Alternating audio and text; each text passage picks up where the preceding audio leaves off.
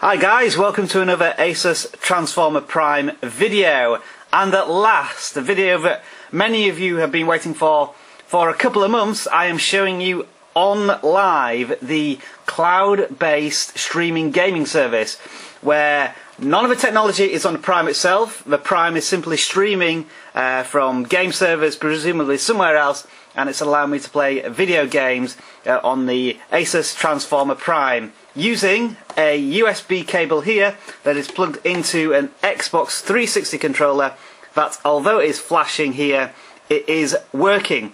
So I'm going to give you a brief tour of some of the games. I'm not going to try and go into all the details of what all these different options do here, because I could be at it for half an hour or so, and to be honest, at the moment it's streaming internet bandwidth all the time. I'm on a capped internet service. I only get 20 gigs a month, so at the moment it's using up precious space. So that's one of the small downfalls of a streaming based service, is that if you have got a capped internet, it's always going to be using that internet data that you have to store. So we'll go straight into a game, and I'll try at some point to put the controller in front of the screen just to show you how it works. So I'll do that now, and we're going to go straight to the marketplace, and I'm just going to try one of the games. And one of the games I want to try first of all is Dirt 3, which is a rally racing game.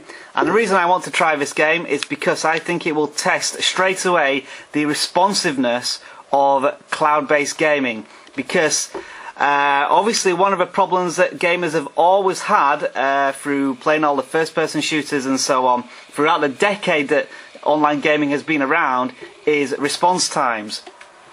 And I think a game such as a driving game, where you have to have instant responses to your controls, I think it's really going to test how well Onlive works. At the moment I have a full Wi-Fi signal, because my router is about 2 feet over that way. So I'm getting the best possible connection I can from the router onto the Transformer Prime. So we're going to see how this responds. Obviously, one of the things I'm a little bit irritated about already is the fact that we have a loading screen. I thought streaming gaming would be instant, but obviously a server somewhere has to still load up the game. So once we get into it, we can start actually driving and see how responsive this game is. So the one thing I will say is that the graphics do seem pretty sharp and pretty good. There doesn't seem to be any sort of blurring or artifacts or any blockiness that you might find when you're streaming a video. So we'll just try and get through all these menu options, and then we will drive a race. So all seems nice and responsive at the moment. It's picking up my analog controls, and it's also picking up my D-pad controls. I still haven't quite established where you could actually map your controls to the controller. I went to the options, but unfortunately there didn't seem to be any mapping options there, and I'm not going to waste time now in trying to find the controls in the menus, because I just want to play and show you how it works. But unfortunately, because this is a trial, I'm getting stuck through lots of narration. So let's go single player, and we also choose a single race. And yes, yes, yes, I agree to all this. I just want to drive. So it's going through all the usual loading screens, which I don't want to wait for. I'm a rather impatient person with new technology, and I expect this to instantly work and load, but unfortunately it's not. I'm still having to wait, so my bandwidth is being eaten up even more.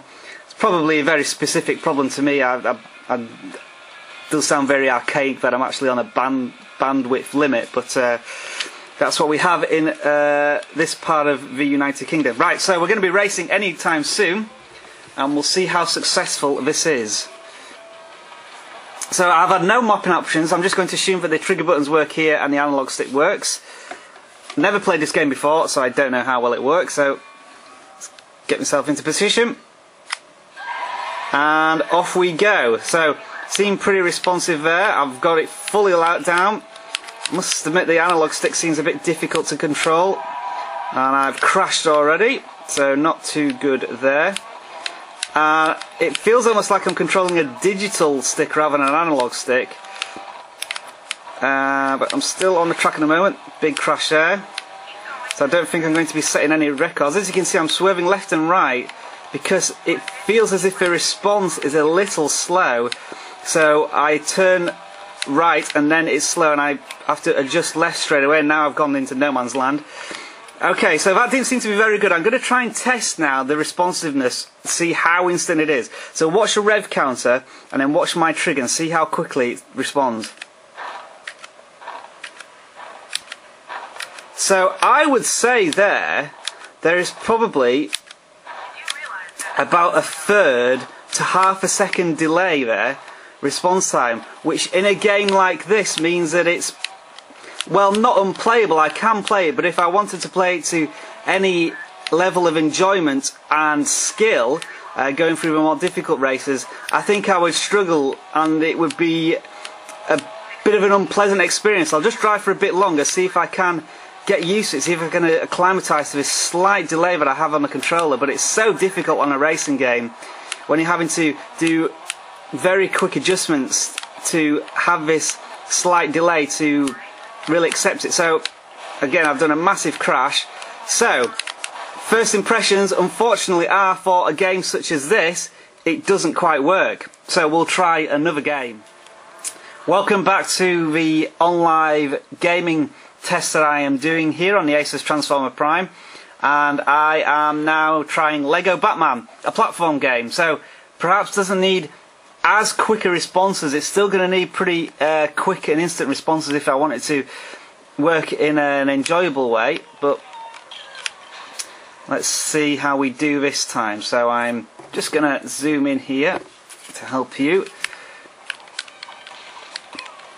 And I seem to be dispatching these enemies quite easily. I've never played this game either, so do bear with me. I have played Star Wars, Lego Star Wars, which was an exceptional game. So again, I'm just going to test it. As you can see, there's just that fraction of a delay, and unfortunately for gaming, it's a fraction too much. It's absolutely critical to have instant response time. So I'm starting to lean towards, is Onlive only acceptable for strategy games and maybe games that require a mouse and a keyboard where things are a little bit easier to try. I think that will be the next game I try. To be fair, in this Batman game, I seem to be managing fine at the moment. There doesn't seem to be too much problems, although I have just killed myself there. And I haven't been paying attention to any of the controls in terms of where I'm supposed to go, so I'm a bit lost now. I've turned into Robin. He's telling me I can do something, which is probably to do that and climb up there. And then I've probably got to do something here, such as jump on a tightrope. So not too bad. It seems to be working okay. I haven't encountered too many problems. Obviously, Dirt 3 was a little unplayable because it requires immediate and quick responses. This one, not quite as much in these early levels. So maybe you can get away with playing a platform game. Okay, let's move on to something else. Okay, welcome back to the test of online desktop, and I now have Roller Coaster Tycoon 3 that I'm playing. So this is a raw mouse keyboard game. So as you can see, I've got my keyboard mouse plugged into the Prime, and it's accepting the mouse control. So I'm just going to put the mouse to one side so you can at least see me using the mouse. I'm hoping that this game should work without any problems whatsoever, with the only exception being that the problem is the user, because I've not played this incarnation of Roller Coaster Tycoon before. I played the original, the Chris Sawyer one, going back, I think it was about 14 years, something like 1998 when it first came out. So here we go, let's see how this works. And the answer is I have no idea. I'm actually using the keyboard there to scroll up and down, so it is accepting keyboard controls. The resolution is quite blocky actually. I can't really read stuff on that top bar. Let me try and zoom right in, but you're not seeing that at all. and I can barely read it. I think it says the 3rd of March year 1. So on high resolution games, it's not coping too well, the Prime here. I'm not necessarily blaming the Prime at this point. I think it's more the... Well, I definitely don't want to quit. I thought this would be playable, but unfortunately, the resolution is just too low. It's too blocky. I can't see anything on this small screen. I think this is where the Prime. This is where the streaming issue comes into effect here, because you're having to try and see a lot of icons, so the resolution is presumably different on the server to my Prime. It's probably maybe 1200 by, sorry, not 1200 by 800, because that's the resolution on the Prime. I'm wondering if the resolution is something like 800 by 600. It seems very poor. And I can only just pick out these icons, and I can't, unfortunately, seem to find a ride that I can build. So I'm being hampered here by the screen, unfortunately. Aquarium. Let's see if I can build one of them. There we are. I built an aquarium, but I have no idea how to play this game, so I do apologise that this is not a very good test. But I'm finding it so difficult because, as I said, the resolution is not very good. So I think I'll give up here, and we'll do one more test. So welcome back to the final test that I'm going to do today on Onlive. As you can see, my Transformer Prime is right there, and I've now plugged it into my 32-inch LCD television. So I'm going to try and play it on the full screen. I can actually see that it's a bit blocky now. The resolution isn't quite perfect. Certainly not the actual resolution of a television. So we are starting to see some more limitations, like that FMV there wasn't quite on a sharp resolution. Certainly not comparable to an Xbox 360 or a PlayStation 3 feeding directly into the television. So that doesn't look too good. And again, looking at this, it's very blocky. But we'll see how responsive it is. And I've got to say, I think the responsiveness here is much better, actually. It seems to be much more responsive than previously done. So double jump up to get there. Let's get this gun. I'm used to having an inverted controller, so bear with me. I'm going to keep going wrong here when I try and aim at stuff. But the response is quite good. I'm actually wondering if this is because I've put my Prime ever so slightly nearer the control, the router. I'm getting distracted because I'm trying to play and talk at the same time. I wish this person would move out of the way. He doesn't seem to want to. There we are. So I seem to be playing this game okay, although I'm getting very distracted. So apologies if my commentary is not good here, because I'm trying to read the text in order to get past this flipping tutorial.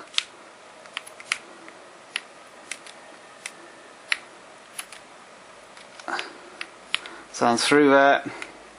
But it's not too bad, actually. I can play it. However, when I say it's not too bad, it doesn't compare really to playing on an Xbox 360 or a PlayStation 3, where it would be working absolutely perfectly, and the controls would be ultra responsive and the graphics would look significantly better than this.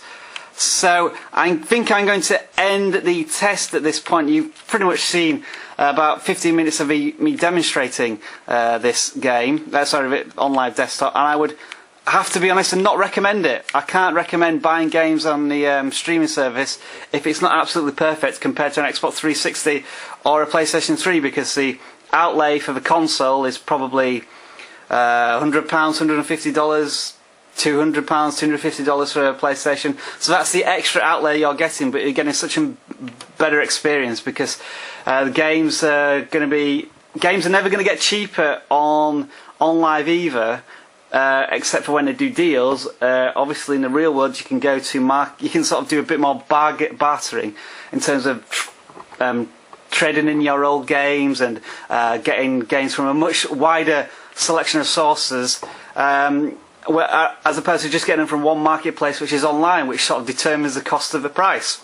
I'll do one last thing, so if you just bear with me, I will have a look at how much bandwidth this has used while I've been testing it, as I've been using it for about 15 minutes now. So let's check what the bandwidth usage was if my Prime recorded it. Okay, so I've got a Prime now back on the table, so we'll check what the internet usage was. Incidentally, this is a small tip if you don't know how to look at your internet usage. If you just you'll always start on Wi-Fi settings. If you just go to down to data usage, and it'll give you a breakdown of everything that's been using the internet, and if I just shrink that down to its minimum, it should just show what I've used today. And if we look at the amount I've used an Onlive desktop, I say I've probably used it for a maximum of 20 minutes, and in that 20 minutes it's used up half a gig. So for me and my 20 gig capacity bandwidth, it's taken out a hefty chunk, so I wouldn't be able to play on Onlive desktop for very long anyway. So in summary, I would say that online desktop, sorry, not online desktop, that's the Microsoft Office use.